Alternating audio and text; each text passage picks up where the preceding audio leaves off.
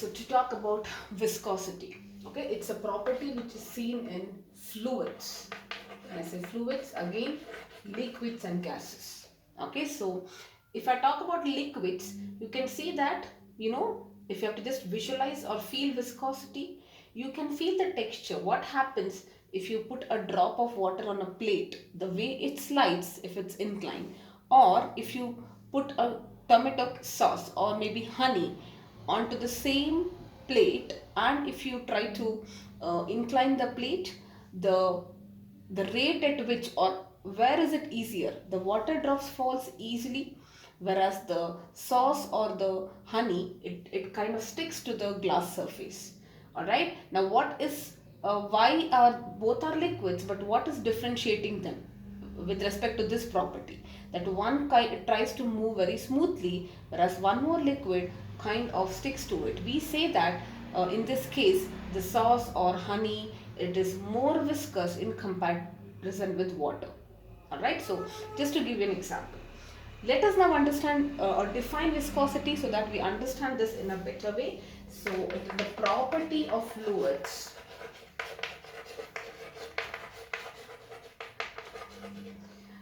by virtue of which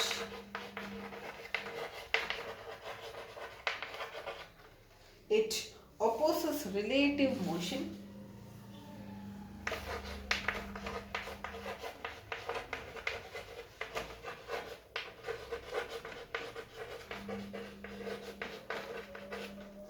between different layers.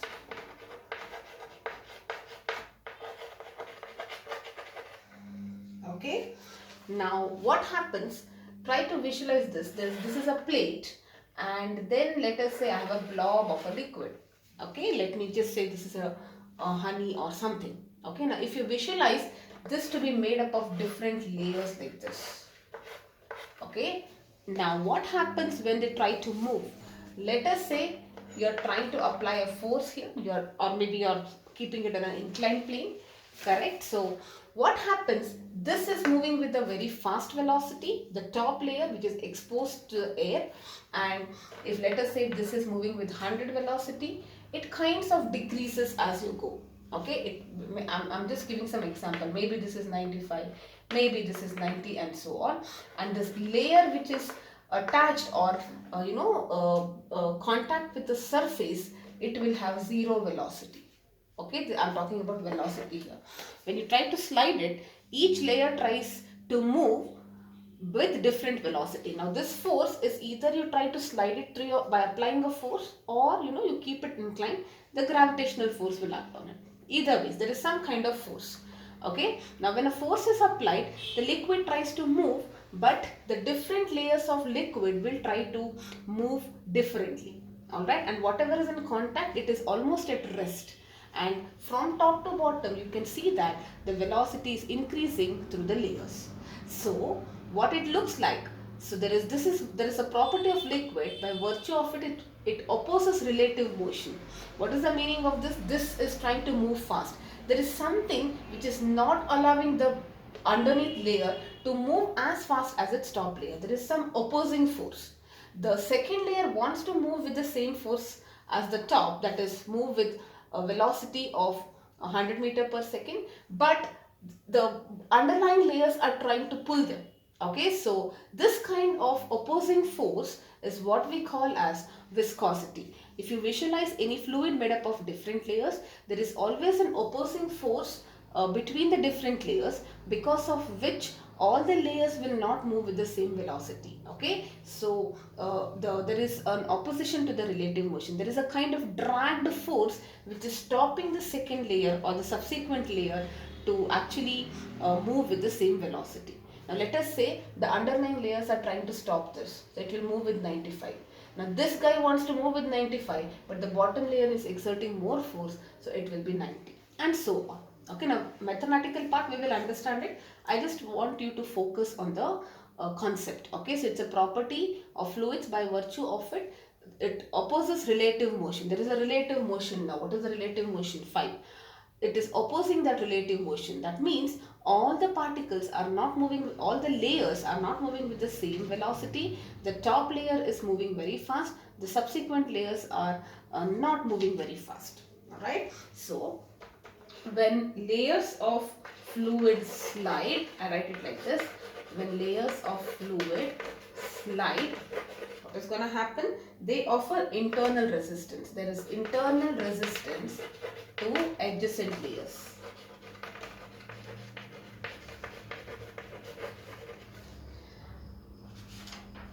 And if you are talking about this force, this comes into picture only when it is moving, because if you're stationary, nobody is moving, right? So this difference in velocity comes into picture only when the object is moving.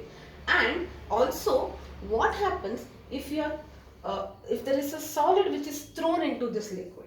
All right, if a body, when I say body, I will call it as a solid. If it is thrown into a liquid,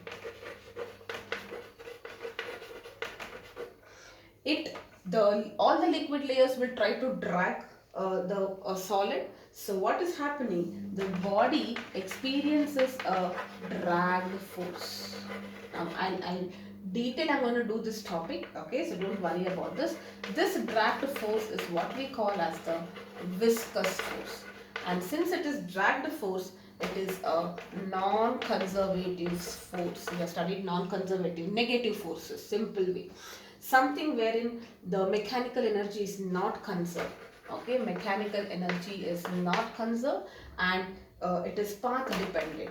So if you go and try to visualize this in different paths, it is not going to be path independent, like in case of conservative forces.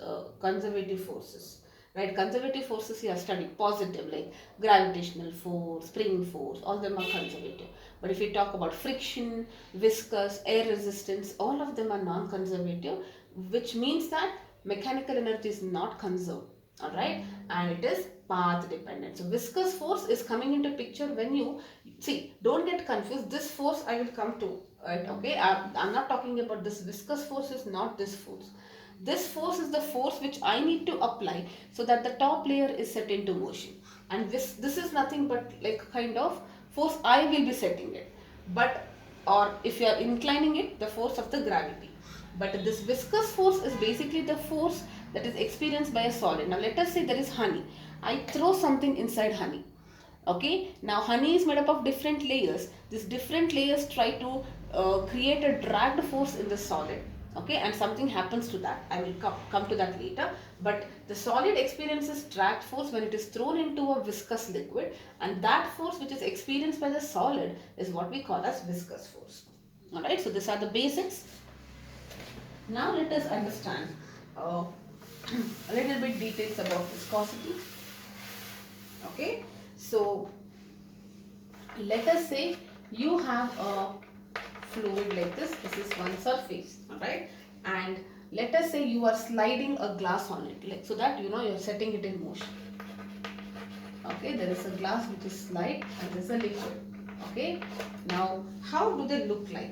They look something like this. Now what are these lines with decreasing length represent? Because velocity is a vector, the direction is same, that means all are moving in the same direction. But in terms of vector representation, if I have to understand the length, what is correlated to the length? The speed of it. That means this is moving with high speed, less speed, less speed, less speed, less speed, less speed, and no speed almost.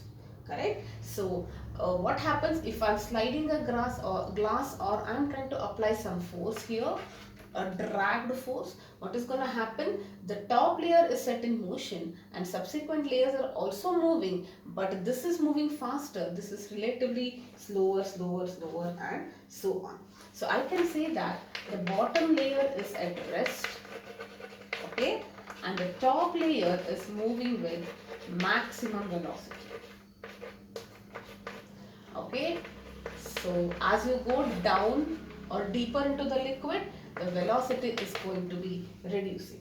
Okay, so because of which I say that there is relative motion. One is moving faster, subsequent layer is moving slower, and so on.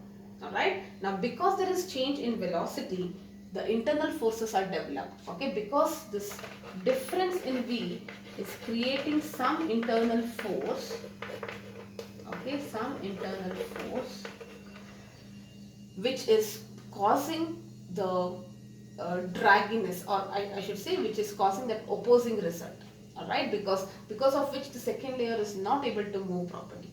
Alright, so I repeat, so bottom layer will be at rest. As you go on the top layer is at maximum velocity. Velocity is decreasing as you go down. Alright, this change in velocity between different layers, that itself is the cause for the development of many internal forces which are retarding the motion, like friction. Alright, yes. Now let us understand. So if you have this is like an open plate, or you are keeping a drop of water and you are trying to have another plate which is sliding. Okay, this will be the representation. But in a pipe, how does it flow? In a pipe, it will flow something like this. The center molecule will be flowing with the highest velocity, and as you go up and down, it will be decreasing. Why? Because there are contact here, right? So if you visualize a pipe, the central portion of the pipe is traveling with maximum velocity. It reduces downwards, it reduces upwards as well. Alright, now if I have two liquids with greater viscosity, if viscosity increases, I will say it is going to be streamlined flow. If I have a liquid with lesser viscosity, it can be turbulent, but this factor is something we will come after some time. This is only one of the factors. What do you mean by that? If, like for example, water, compare honey and water. Honey is more viscous, so it flows very smoothly. There is a predictability pattern. I can understand how the particles are moving very nicely, synonymously, everybody is together. But if I talk about water, there is a lot of turbulence. Okay, in general, if I compare, this is more streamlined. But even for the same liquid, depending on the velocity, it can be streamlined or turbulent, which I will come in a while. Alright, so these are the basics. Now let us understand about velocity gradient. Okay, so velocity gradient. See, for division by time we call rate. Gradient is divided by distance. Okay, in general, divided by distance is what we call as gradient. So what is this? Velocity gradient. So change of velocity with distance. Okay, with distance is what we can call as velocity gradient. Okay, now you can see that, right? So let us consider the layers. This is the top layer. Let us say it is the second layer. Let me take it as V. So this will be moving faster, so this will be V plus delta V. Alright, and let us say this distance is delta X. So if I have all this, the thickness thickness between different layers is delta X. The top layer is moving with V plus delta V because it's moving faster. Delta V is the relative motion between the two layers, relative velocity, and V is the velocity of the second layer. So what will be my velocity gradient? Delta V by delta X. This I call it as a delta velocity gradient. How much change is the velocity with respect to distance? Okay, so for every 1 centimeter down, what is the change in velocity? That is my velocity gradient. And what will be its units? This is meter per second, and this is distance, second. So this is second gets cancelled. The unit is per second. Okay, so per second, how much is my velocity decreasing? Alright, now there are two kinds here. Velocity gradient are of two types. If you say that the decrease is uniform from 100 to 95 to 95 to 80 and so on, if we join this, we'll be getting a straight line. Okay, so this is uniform velocity gradient. That means the change in velocity with respect to distance is uniform, or in some cases this may be 100, this may be 95, this may be 70, this may be 50. You see this is 100, 95, this is 70, this is 40. You see, it can be anything. I'm just randomly trying. In that case, you will not get a straight line. You will get some other shape. Okay, so this is what we call as non-uniform velocity gradient. they can draw a picture and they can ask you what type of velocity gradient. So if it is a straight line, uniform, otherwise non-uniform. Alright. Now remember in solids we did this, alright. So when you are trying to slide, it is like a force. So we can call it to be, we can relate it like a shear force, right? Shear stress and shear strain, we can correlate it like that. And remember what we had learned, if we try to slide like this, let us say this was delta x and let us say this change is delta L. Okay, what was my strain in this case? Remember, strain was delta L by delta x here. Alright. So now if I calculate the strain rate, now this is important, they can ask you. What I know the strain, what is the meaning of strain rate? Divide by time. So it is strain, which is delta x by delta x into time. Okay. And distance by time is nothing but velocity. So I am getting delta V, delta L by delta X is delta V by X. So what is the meaning of that? I can write strain rate, which is strain by time, is equal to velocity gradient, and it is also called as strain velocity. Okay, both are same, so don't get confused. Velocity gradient is equal to strain rate, which is strain by time, and that is also equal to strain velocity. Okay, so I hope this is all clear. Now that we have understood this, let us now understand Newton's laws of viscosity. Okay, this is very important. Newton's law of viscosity.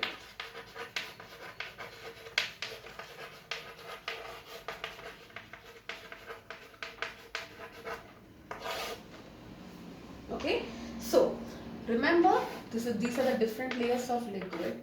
Okay, if I apply, let us say the area here, I mean it's a 2D, so visualize the top area. Let the top area's cross section, I mean it's not just for top, I'm saying it's a uniform areas, a liquid which has got uniform cross sectional area. So if the area of cross section is A and the force applied on it so that it starts moving is F. Okay, so what is F? F is the force applied to move the liquid. Alright. Now, what is this force? It is observed that this force is proportional to area, that is proportional to the area of cross section. It is also proportional to the velocity gradient. It is proportional to two things. If the area increases, that means if the water is spread on a large area, you need to exert a greater force. Or if its velocity gradient is more. What is the meaning of that? The change in velocity is more with respect to unit distance. That is more. Then also force increases. And if I replace it with a constant, this is the proportionality constant, and this is called as coefficient of viscosity, eta.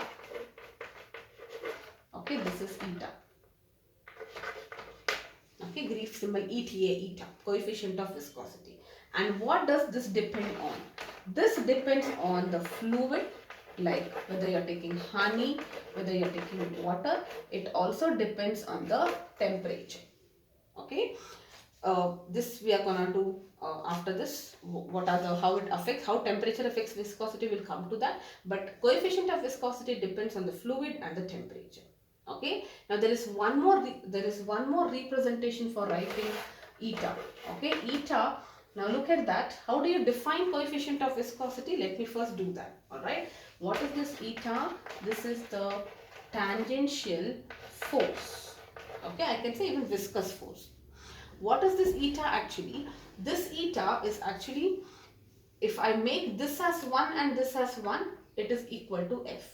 So how do I define coefficient of viscosity? It is the force which is required to maintain unit velocity gradient, alright, between two parallel layers of unit area.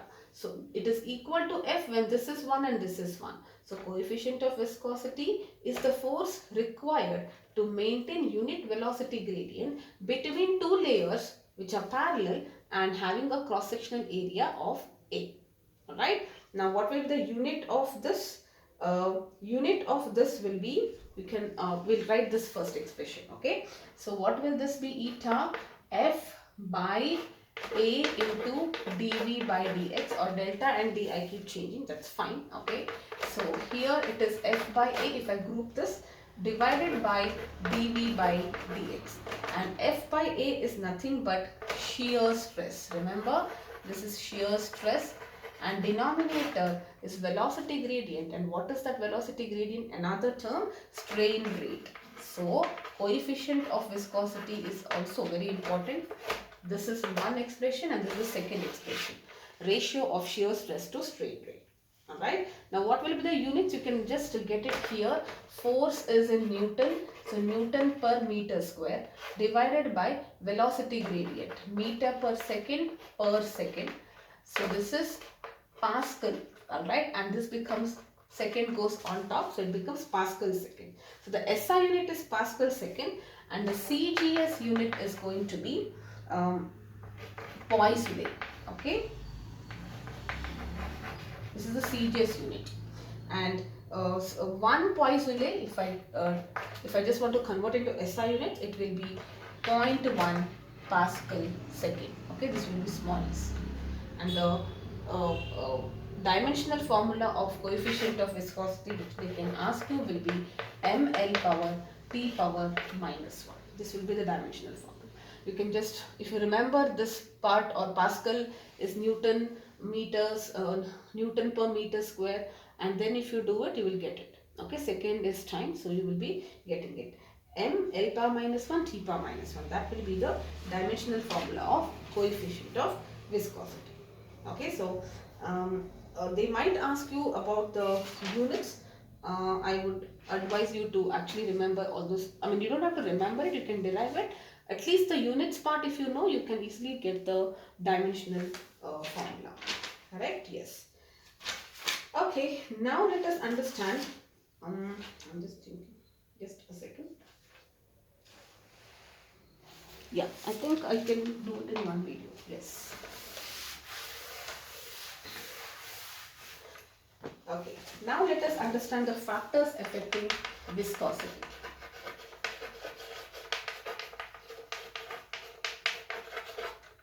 Okay, so the first one is temperature, and second is with respect to density. Okay, now what happens if you increase the temperature? For a liquid, okay, if you increase the temperature, viscosity decreases, and the reason is because, you know what happens when you heat a liquid? The bonds are broken, so they go separate, they are getting separated out, so it is easier for them to flow now. Okay, so that's the reason if you increase the temperature, you might have seen, if you're trying to heat oil, it starts moving faster. You would have experienced this. The reason is exactly the same. Increase in the temperature decreases the viscosity for a liquid, but for a gas, if you increase the temperature, viscosity increases. They behave in the opposite way. And the reason is pretty simple. Gases, the molecules are very far away. If you increase the temperature, they start colliding more and more. There is nothing called separation here because they're already far. So, but what happens? They get more kinetic energy. They start colliding more. There's a total chaos. And that is the reason that when they collide, that means they are coming closer. That is the reason viscosity is increasing. So for liquids it decreases, for gas it increases with temperature. Now let us talk about density. Okay. Again, with the density, as density increases, for a liquid, viscosity will increase, and for a gas, viscosity will decrease. Why? Density increasing means it's becoming more and more crowded. So obviously viscosity will increase. But for a gas, it decreases, because for a gas, though I say density is becoming lesser, it still has free space to move. So they can occupy all the space around it. So overall it doesn't affect much on the viscosity. So in general we say viscosity decreases. Okay, now you have two kinds of flow. You should know this, laminar flow or steady flow. I just write it. You should know this, laminar or steady or streamline, and turbulent flow. Okay, remember I told you, if the viscosity is more, it is more like it is becoming streamlined. Okay, more nicer. And how a streamlined flow looks, all the particles are moving happily. They have a predictability. But in turbulent, let us say one particle moves like this, one particle moves like this, one particle even more faster, there is no predictability. Alright. So now, I told you for different liquids, if it is more viscous, streamlined, less viscous, it's turbulent. But for the same liquid, if I fix the liquid like water, okay, it can be turbulent, like, if you turn on the tap slowly, it will flow nicely. But if you really turn on the tap to the maximum, it starts flowing and it is turbulent. Okay, so for the same liquid, the factor which determines the turbulence is what we it is determined by a number which is called as Reynolds number. Okay, so basically there is a term called as critical velocity.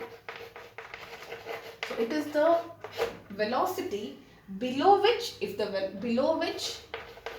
velocity of a liquid is below this velocity, it will behave like a streamlined flow.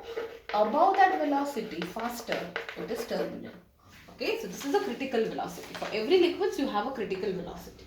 Alright, and if the velocity is found, I just compare it with the number called as Reynolds number.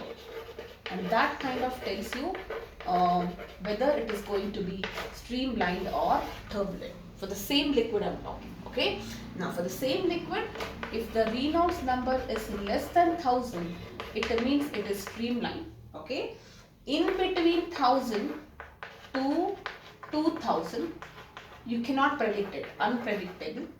And greater than 1000 or greater than 2000, it will be turbulent.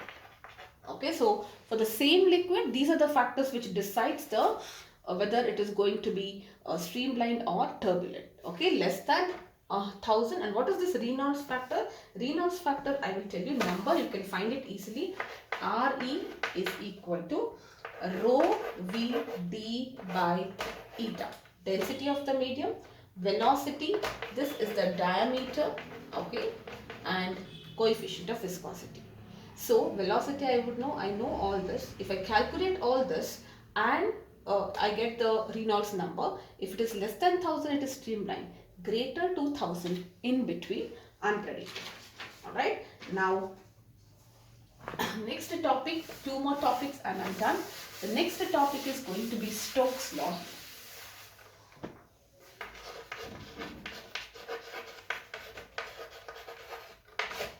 Okay, so like I told you, you have a liquid or a gas, okay, you throw an object into it, you are throwing some object into it. Now and that is moving, alright, so an object which is thrown into a liquid experiences dragged force, okay, experiences dragged force, and because of which, its velocity is going to get affected. Okay, now you might have seen, actually, if you fall down, as you go towards the earth, your acceleration it should increase because earth is pulling you. But if you see raindrops, if it was true actually, if raindrops were in an accelerated motion, then if it would have hit you, I mean, when the raindrops fall on you, you would have been blown away by the raindrop. Okay, because the acceleration when it reaches is too much, the velocity. But it is not true. Or if you are going on a skydiving or on a parachute or something like that, even then when you fall off, you are not totally in an accelerated motion. Okay, so there is something which is slowing you down, and that is nothing but because you will have air around you. The air is exerting, the molecules of the air are viscous, and it is like you are the object which is thrown into that liquid or fluid, so you will be experiencing a drag force. Alright, and for a sphere, we have drag forces for different shapes, but you only have to study about sphere. So dragged force, FD I will call it, is nothing but 6 pi eta into RV. Okay, so this is the formula to calculate the dragged force in case of a solid. When it is thrown into a liquid, what force it experiences which causes dragging. 6 pi eta RV, radius of the sphere, and velocity. Alright, now that's the reason skydivers will not be able to continuously accelerate. Alright, so what happens if as the object is falling, imagine you are falling down or rain is falling down. One is the weight of the object, And because of viscosity of the air, there is a dragged force. Because the layers of air slide here, they create a force, dragged force. Okay, so this is your dragged force. And when dragged force is equal to mg, what is happening? There is no acceleration because there is no force. When there is no acceleration, it means velocity is constant. Okay, so no acceleration means velocity is constant. This constant velocity is what we call as terminal velocity. This terminal velocity, as a solid moves through a viscous fluid, it experiences drag force, and at a certain for a certain after some time, the acceleration becomes the body experiences no acceleration because the weight of the body is balanced by the drag force. So there is no acceleration in the body and its velocity is becomes constant. That constant velocity is what we call as terminal velocity. Alright, and you just have to know the expression. I'll just write it. So if you have, you might be even having buoyant force here. So in that case, the balance will be mg should be equal to dragged force plus buoyant force, because you know liquids, there is an upthrust, you have studied all that, right? So dragged force is given by 6 pi nRV, we have just derived it. Buoyant force is volume, capital V volume into density into rho. Now this is not required, I'm just writing it. If you substitute, I'll tell you the final thing, that is what you're supposed to know. This is mass, volume into density, so 4 pi r cube into density of the solid into gravity. Okay, here also you'll be substituting, this will be density of the liquid. Now what you need to remember is, what is the expression for terminal velocity, which is the constant velocity with which the solid moves when thrown in a liquid. Okay, it is given by 2, okay, I will just write it 2g, and down you write 9, g and 9 are similar. 2 is there, so it is r square, and here you have to write eta into density of solid minus density of the liquid. Okay, the object it is falling and the medium where it is falling. R is the radius of that object, coefficient of viscosity, and yes, so it is 2 by 9 g r square by eta rho s minus rho r. Very important, they can ask you numericals, and they can even say that terminal velocity is proportional to the radius, and also it is inversely proportional to the coefficient of viscosity. Alright, so if you have a medium with higher coefficient, its terminal velocity, the constant velocity with which it moves after some time is going to be small. Yes, yes. And it is independent of height. Remember, I will also tell this is independent of height, because there is no height term here. It only depends on the radius, and it is different for different shapes. Depends on the coefficient of viscosity, depends on the solids of density of the solid and density of the liquid, independent of height. Alright, there are